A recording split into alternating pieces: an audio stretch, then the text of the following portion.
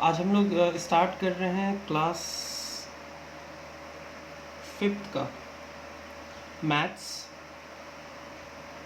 तो जो first chapter है वो रिवीजन चैप्टर है, तो जो भी आप क्लास 4th में पढ़े हो वो आप रिवाइज करने के लिए है, तो that you may do. So I will be starting new chapter that is Roman number.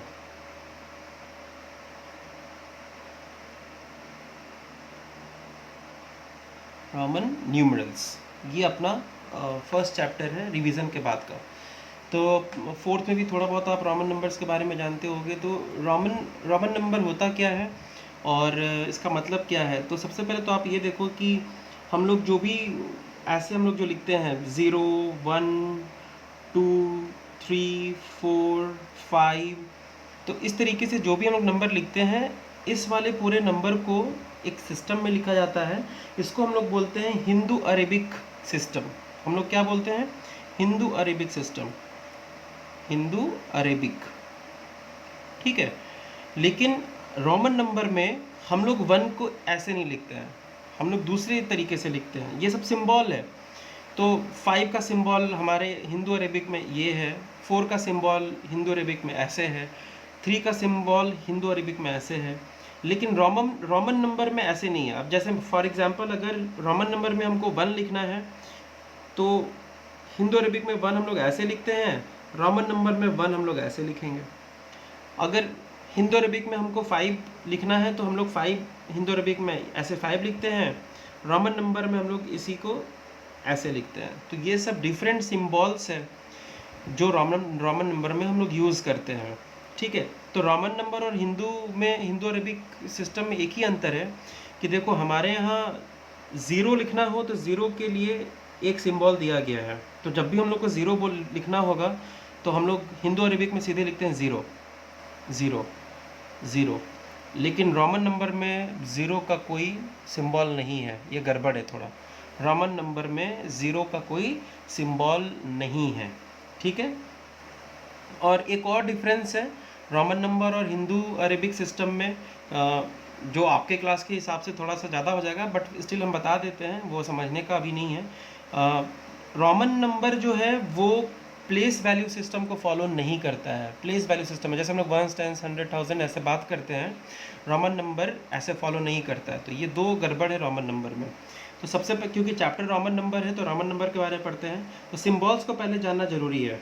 तो सिंबल को कैसे हम लोग समझेंगे, तो आपको पता है रोमन नंबर में हम लोग 1 ऐसे लिखते हैं, हम लोग हिंदू अरेबिक लिखते हैं और इधर लिखते हैं रोमन नंबर, ठीक है। तो हिंदू अरेबिक में हम लोग 1 को हिंदू अरेबिक में 1 को हम लोग इस तरीके से लिखते हैं, रोमन नंबर्स में हम लोग ऐसे लिखेंगे।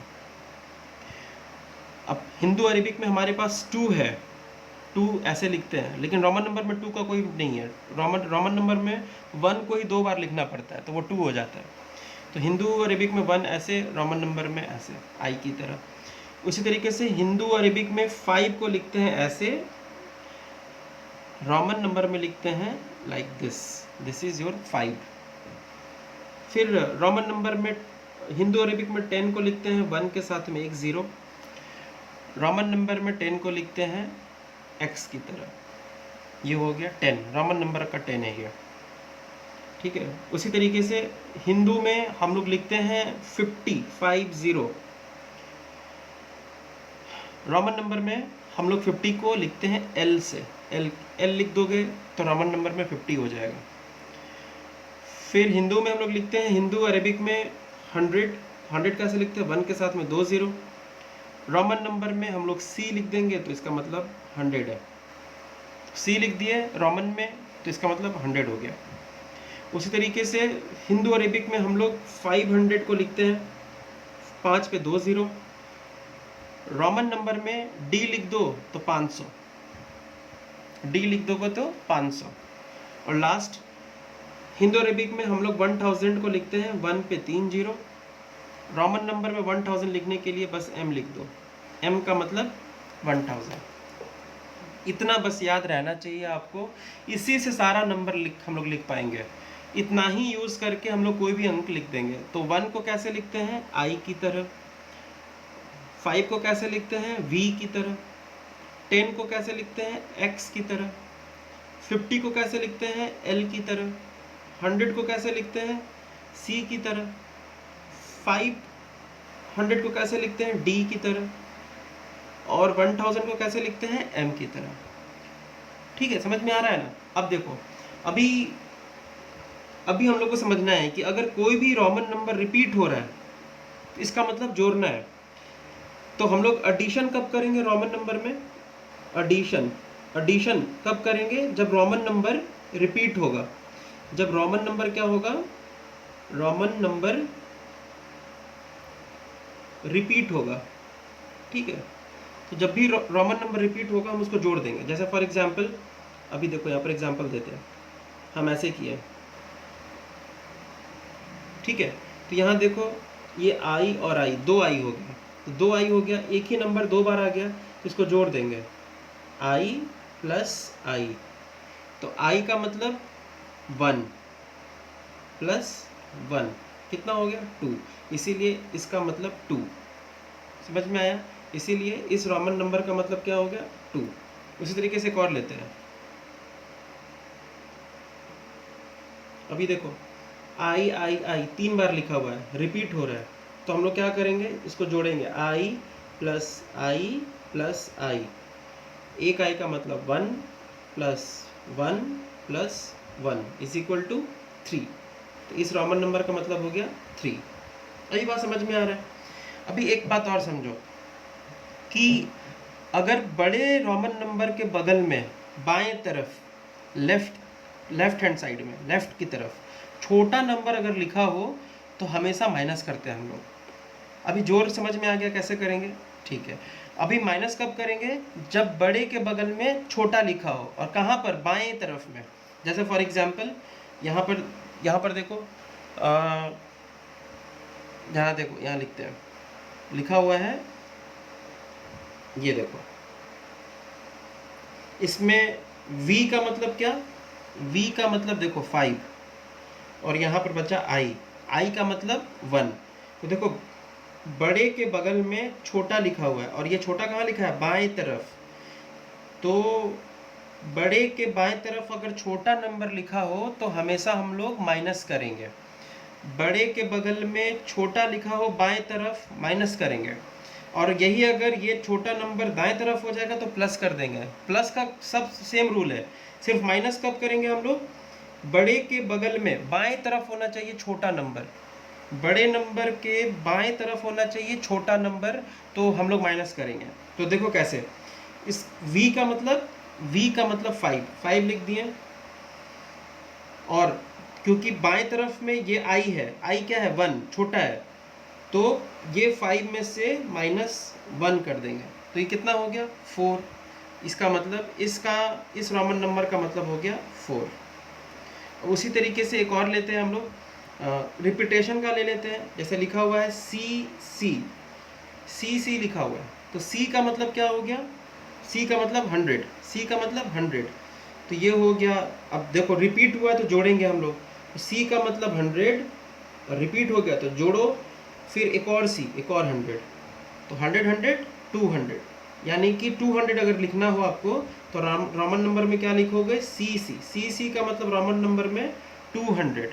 बात समझ में आ रहा है, बहुत ही सिंपल है। उसी तरीके से एक और देखते हैं, घटाने वाला, नजर आ रहा है यहाँ तक। अभी यहाँ पर देखो, जैसे फॉर एग्जांपल सी, एक और जोड़ने लगे देखते हैं पहले, CX क्या है, CX। अब यहाँ देखो C का मतलब 100 और X का मतलब 10। देखो छोटा नंबर तो है लेकिन दाएं तरफ है, C बड़ा नंबर है, C का मतलब 100, X का मतलब 10।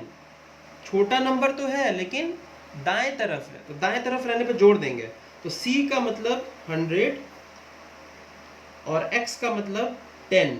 अब दोनों क्या है, दाएं तरफ में है छोटा नंबर, तो इसको जोड़ देंगे, तो ये कितना हो गया, 110। तो CX का मतलब हो गया 110।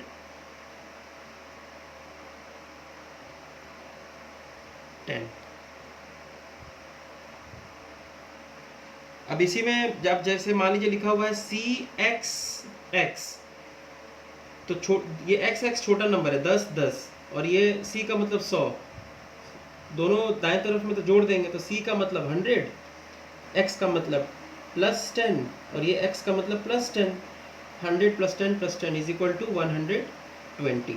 अगर उसी तरीके से 130 लिखना हो तो 130 का मतलब ये हो गया 100, ये 10, फिर ये और 10 और ये और 10, तो ये हो गया 130। c का मतलब 100, ये x का मतलब 10, ये x का मतलब 10, ये x का मतलब 10, और क्योंकि छोटा नंबर सारा बड़े नंबर के दाएं तरफ है तो सबको जोड़ देंगे, तो ये हो गया 100 10 20 30 यानी 130। तो ये हो गया आपका रोमन नंबर।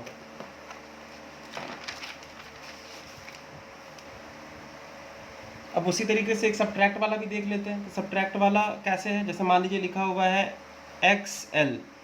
अब L का मतलब क्या, 50। L का मतलब अभी क्या सीखे हैं, L का मतलब 50 और X का मतलब 10। अभी देखो बड़े नंबर के बाएं तरफ में छोटा नंबर है, तो आपको बताएं अभी बड़े नंबर के बाएं तरफ में छोटा नंबर रहेगा तो क्या करेंगे, माइनस। तो L का मतलब 50 और माइनस X का मतलब 10, तो ये हो गया 40। समझ में आ रहा है। उस तरीके से लिखते हैं CD। तो CD, D का मतलब 500, D का मतलब 500 और C का मतलब 100। तो 500 के बाएं तरफ में छोटा नंबर है 100, तो यहाँ फिर से माइनस करेंगे हम लोग। तो D का मतलब 500 माइनस C का मतलब 100, तो ये हो गया 400। सिंपल है। अब उसी तरीके से आपको समझना है आज की क्लास में कि अगर दो बड़े नंबर के बीच में एक छोटा नंबर आता है, दो बड़े नंबर के बीच में एक छोटा नंबर आता है, तो हमेशा उसको सब्ट्रैक्ट करते हैं। लेकिन कैसे करते हैं थोड़ा यहाँ देखना है आपको ध्यान से। जैसे मान लीजिए एक नंबर लिखते हैं 10 1 5। अभी ये रोमन नंबर में लिखा हुआ है। अभी यहाँ पर देखिए 10, x का मतलब क्या हो गया 10, v का मतलब क्या हो गया 5 और ये i का मतलब क्या हो गया 1।